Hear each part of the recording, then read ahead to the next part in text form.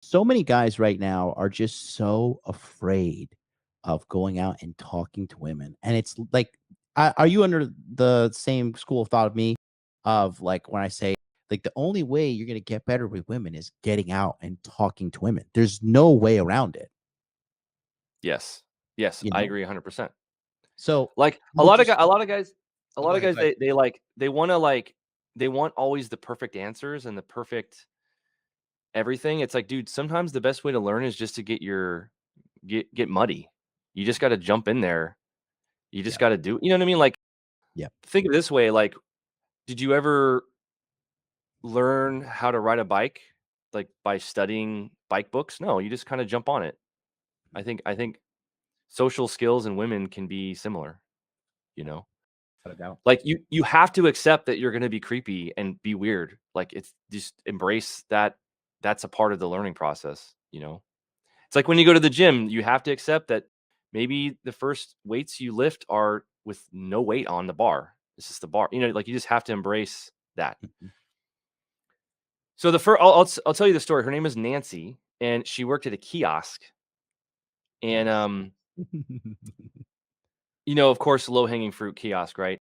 So I did some cold approaches, and they bombed. And I was like walking around, and I see Nancy at the kiosk, and I pretend to be interested in something at the kiosk, and then I like do some opinion thing and like joke with her, and she seems mildly amused by it. And so I was just kind of walking around the kiosk, and then I was like, "Hey, you're cute. Let me shoot you a text." Like, I don't remember what I said. She said, "Yeah," and then I texted her, and she replied, and I took her on a date. Uh, like 2 nights later at a hookah lounge. And this is Fat David. Yeah, yeah, Fat David. I I love have it. photos of that girl too, by the way.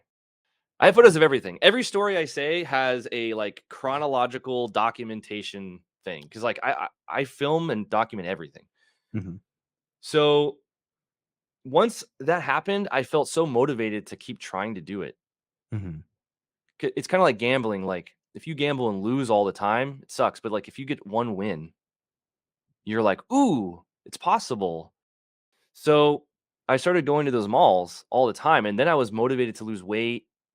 And, because in the RSD videos, he talked about health and weight and, like, all that stuff. So, that's kinda how it all began.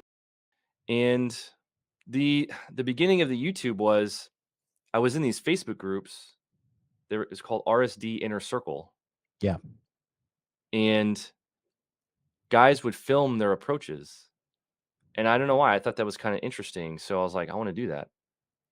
So I had a GoPro, and, I just started filming by holding the GoPro up from my hand. And by the way, I have all this footage. Mhm. Maybe I can send it to you. I have a bunch of footage. I have like a 35-minute David Bond approaching women in the street compilation. Mhm. And eventually, my friend said, "Bro, like, I think it'd be funny if you put it on your forehead." So we would put the GoPro on our forehead as a joke. So I got some approaches with the GoPro on my forehead, and that's how it began. Because some of them went well.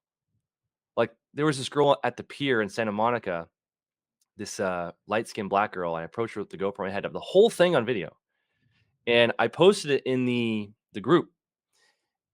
And people were like, "This is hilarious! Like, it's funny." And I like the comments. And for the first time ever, I kind of felt cool, you know, because I had never felt cool before.